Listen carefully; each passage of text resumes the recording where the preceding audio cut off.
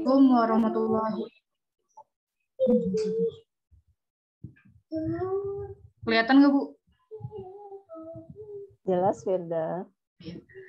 Assalamualaikum warahmatullahi wabarakatuh. Waalaikumsalam warahmatullahi wabarakatuh. Waalaikumsalam warahmatullahi wabarakatuh.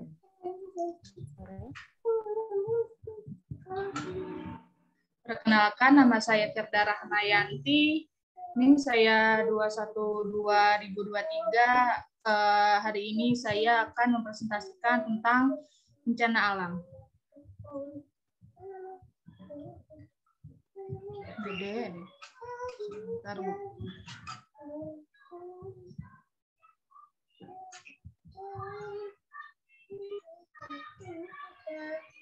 Saya kecilin dulu.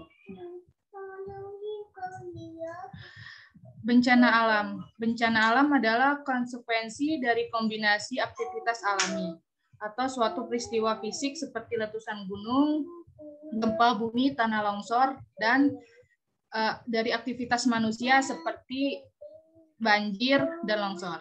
Bencana alam juga dapat diartikan sebagai bencana yang diakibatkan oleh oleh gejala alam.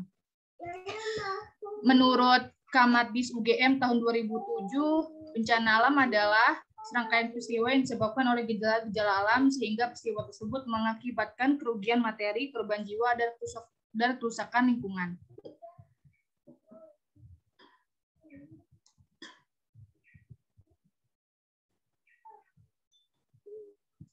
Tiga kategori bencana alam. Yang pertama tuh ada bencana alam geologis, ada bencana alam klimatologi, dan bencana alam ekstraterestrial. Bencana alam geologis adalah bencana alam yang terjadi akibat dari proses tektonik bumi yang berpotensi merusak lingkungan alam, menyebabkan kehilangan nyawa atau korban gangguan sosial dan ekonomi. Contohnya seperti gempa bumi, tanah longsor, tsunami, dan gunung meletus. Bencana alam klimatologi adalah bencana alam yang disebabkan oleh fenomena cuaca yang mempunyai potensi menimbulkan bencana, menghancurkan tatanan kehidupan sosial, atau yang menimbulkan korban jiwa manusia. Contohnya seperti badai, kekeringan, dan kebakaran hutan. Dan bencana alam ekstraterestrial adalah bencana alam yang disebabkan oleh gaya atau energi dari luar bumi. Bencana ini terjadi ketika asteroid, meteoroid, dan komet melintas di dekat bumi, memasuki atmosfer bumi atau menghantam bumi, dan oleh perubahan kondisi antar planet yang mempengaruhi magnetosfer bumi, ionosfer, dan termosfer.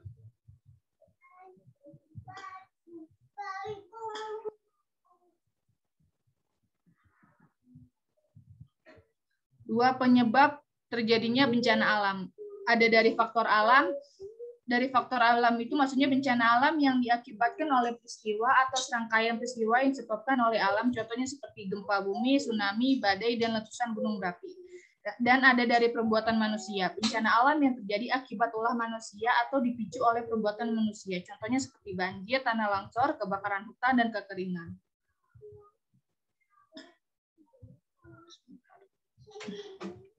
Hilang.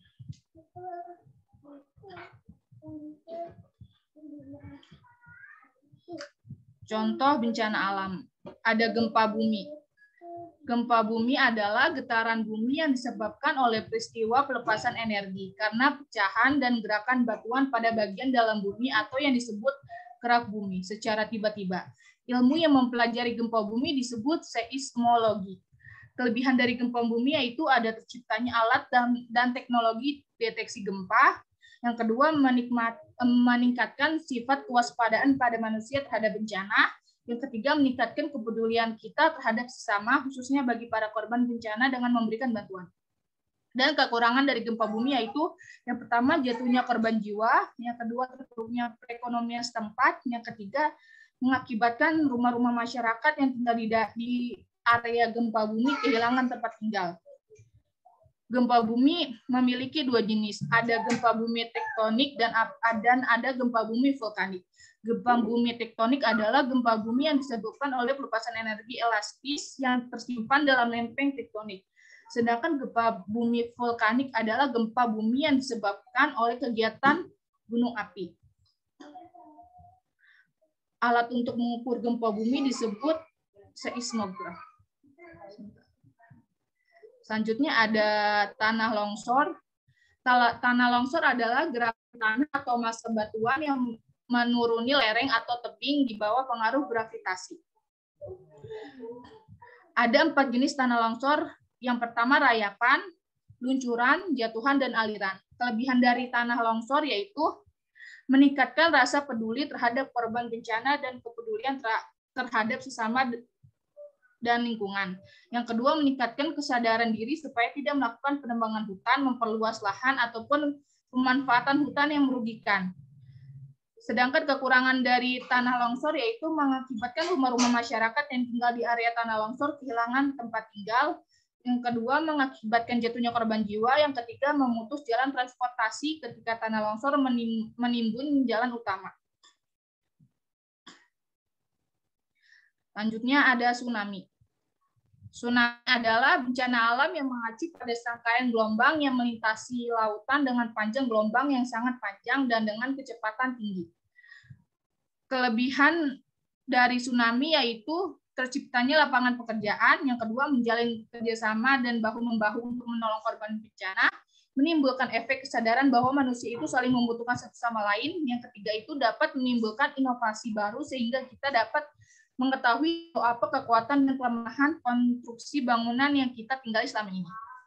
Kekurangan dari tsunami yaitu pertama, memakan banyak korban manusia dan hewan. Yang kedua, merusak infrastruktur bangunan, tumbuhan, dan apa saja yang dilalui oleh gelombang tersebut. Yang ketiga itu dapat menambah tingkat kemiskinan.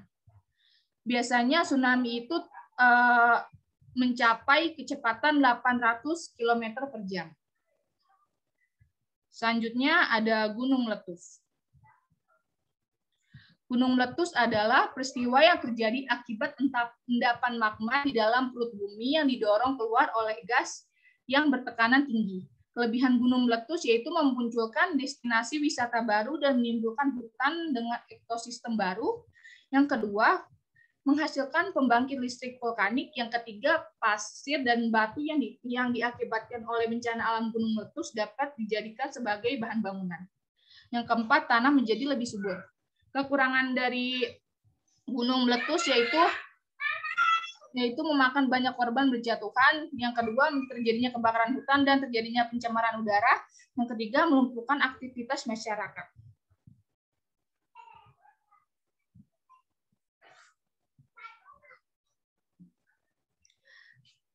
Selanjutnya ada banjir. Banjir adalah peristiwa bencana alam yang terjadi akibat aliran air yang berlebihan merendam daratan. Ada 3 jenis banjir, yaitu banjir bandang, banjir sungai, dan banjir pantai. Kelebihan banjir yaitu yang pertama dapat menyuburkan tanah di daerah sepanjang aliran karena banjir mengangkut tanah yang subur dari hulu. Kekurangan dari banjir yaitu merusak rumah dan harta benda yang lain. Yang kedua, memutus hubungan transportasi sehingga daerahnya menjadi terisolasi. Yang ketiga, berkurangnya persediaan air bersih. Keempat, aliran dan genangan banjir dapat menyebabkan penyakit. Yang kelima, dapat menimbulkan korban jiwa.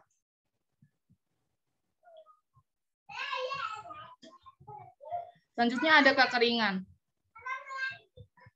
Kekeringan adalah bencana alam yang disebabkan oleh penurunan curah hujan alami selama periode waktu yang lama. Kelebihan kekeringan yaitu ketika menjemur padi, batu bara, dan lainnya menjadi lebih cepat.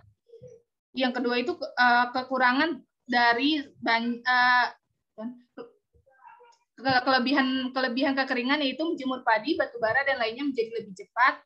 Dan kekurangan dari kekeringan yaitu menimbulkan banyak tanaman yang mati, meningkatnya polusi, dapat menyebabkan global warming, berkurangnya sumber air bersih.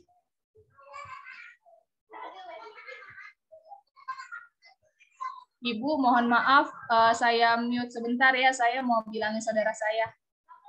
Silakan.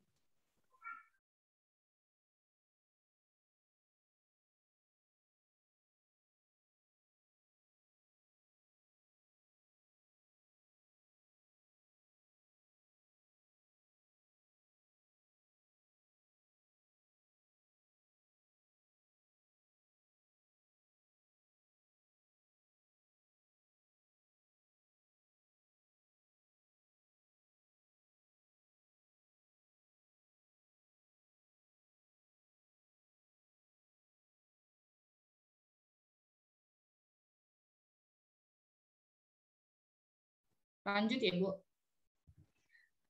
Selanjutnya ada kebakaran hutan. Kebakaran hutan adalah keadaan ketika hutan dilanda api. Kelebihan hutan adalah yang pertama dapat menimbulkan lahan yang subur, dapat membersihkan fondasi tanah atau hamparan lantai lahan. Kelebihan kebakaran hutan adalah hilangnya sejumlah mata pencaharian masyarakat, meningkatnya hama dan hilangnya jumlah spesies, terjadinya erosi, terjadinya pemanasan global, dan terganggunya kesehatan manusia. Selanjutnya ada angin puting beliung. Angin puting beliung adalah pusaran angin kencang dengan kecepatan 120 km per jam atau lebih. Kelebihan angin puting beliung adalah yang pertama meningkatkan pendapat rumah sakit, yang kedua meningkatkan pendapat penjual bahan bangunan.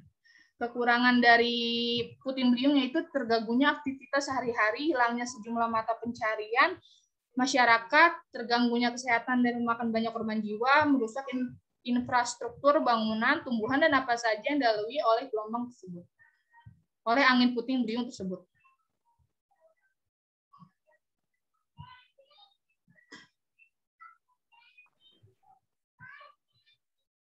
Frekuensi terjadinya bencana alam di Indonesia.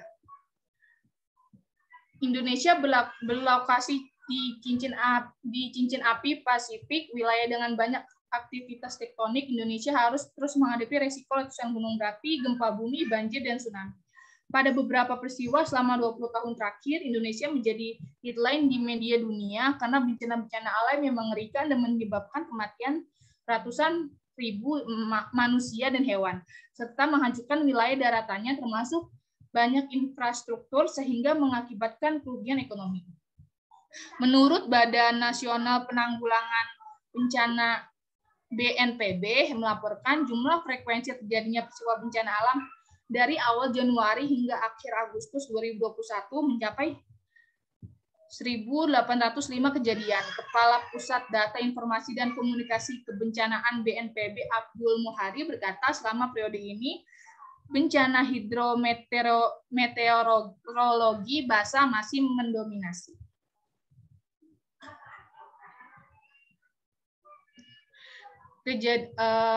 Bencana alam yang terjadi selama 1 tahun belakangan ini. Ada bencana banjir sebanyak 733 kejadian, ada cuaca ekstrim sebanyak 474 kejadian, ada tanah longsor sebanyak 342 kejadian, ada kartula sebanyak 205 kejadian, ada gempa bumi sebanyak 25 kejadian, ada gelombang pasang, abrasi, dan kekeringan sebanyak 25 kejadian.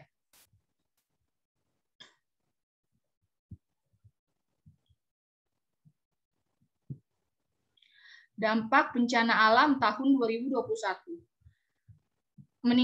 Korban meninggal dunia sebanyak 508 jiwa, ada korban hilang sebanyak 69 jiwa, ada korban luka-luka sebanyak 12.881 jiwa, ada korban mengungsi atau menderita sebanyak 5,8 juta jiwa.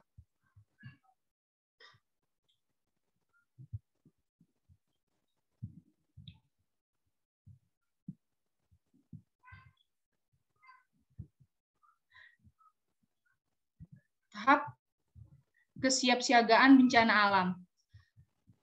Fase prabencana adalah fase di mana bencana belum terjadi dan manusia berperan penting untuk pencegahan, mitigasi dalam mewujudkan upaya kesiapsiagaan dini. Tahap kesiapsiagaan dilakukan menjelang sebuah bencana akan terjadi. Kegiatan yang dilakukan pada tahap kesiapsiagaan antara lain, yang pertama menyusun rencana pengembangan sistem peringatan, pemeliharaan, persediaan dan pelatihan personil. Yang kedua, menyusun langkah-langkah pencarian dan penyelamatan serta rencana evaluasi untuk daerah yang mungkin menghadapi resiko dari bencana berulang. Yang ketiga, melakukan langkah kesiapan tersebut dilakukan sebelum peristiwa bencana terjadi dan ditunjukkan untuk meminimalkan korban jiwa, gangguan layanan, dan kerusakan saat bencana terjadi.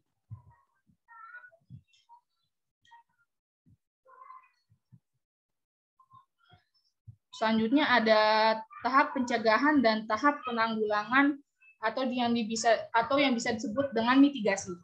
Tahap pencegahan dan mitigasi bencana dilakukan untuk mengurangi serta menanggulangi risiko bencana.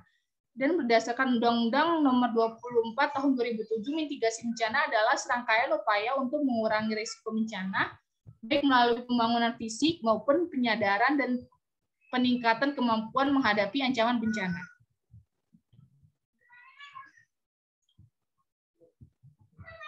Selanjutnya ada manfaat dan tujuan dari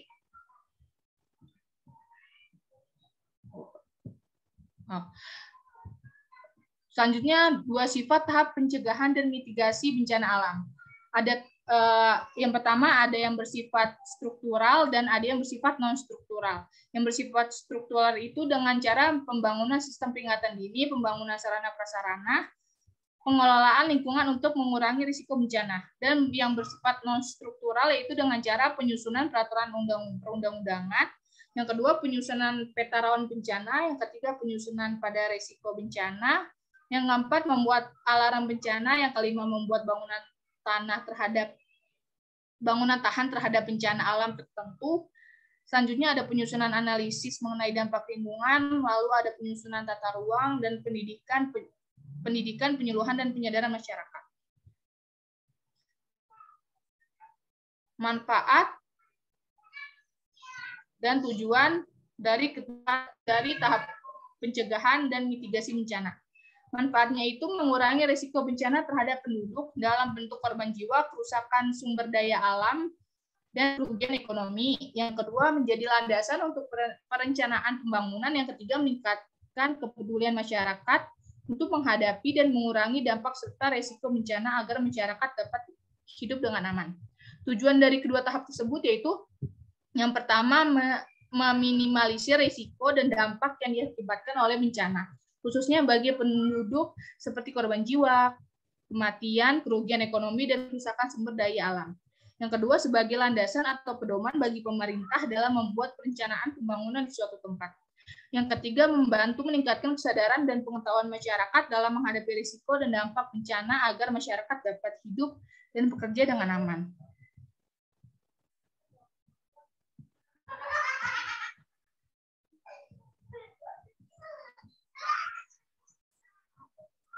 Selanjutnya ada tahap tanggap darurat.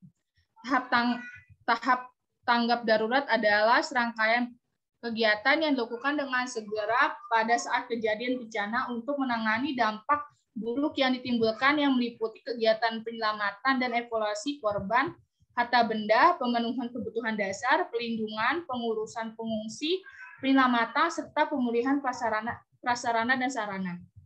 Kegiatan yang dilakukan pada tahap tanggap darurat antara lain menyelamatkan diri dan orang terdekat. Yang kedua, jangan panik. Yang ketiga, untuk bisa menyelamatkan orang lain diharuskan dalam kondisi selamat.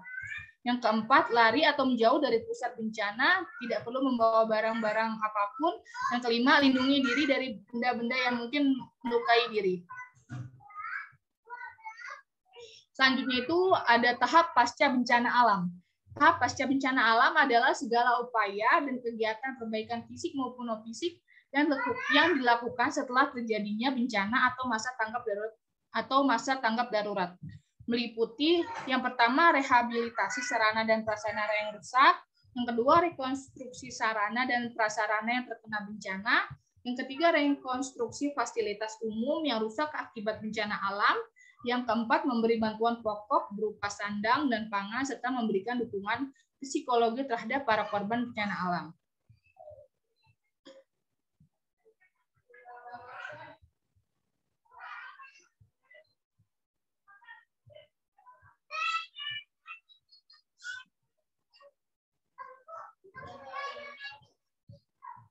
Lembaga yang berperan dalam penanggulangan bencana alam ada pemerintah pusat, ada pemerintah daerah, ada UNDP, ada Pertamina.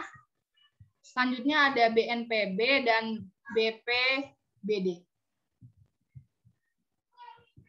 Saran dari bencana alam yaitu masyarakat diharuskan memperhatikan dan merawat lingkungan serta mengikuti dan mendukung segala upaya sosialisasi dan edukasi tentang bencana alam yang telah dilakukan oleh pemerintah.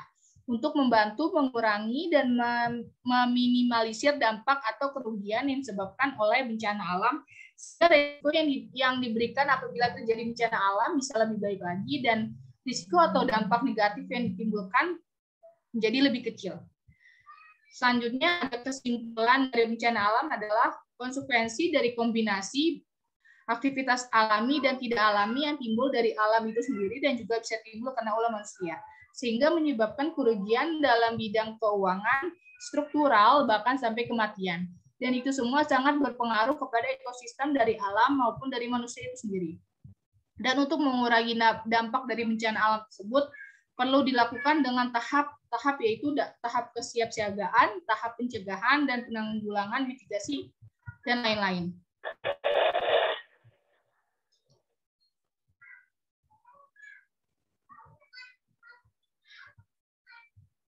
Sudah, Bu. Sekian dari saya, kurang lebihnya mohon dimaafkan. Ada yang mau bertanya?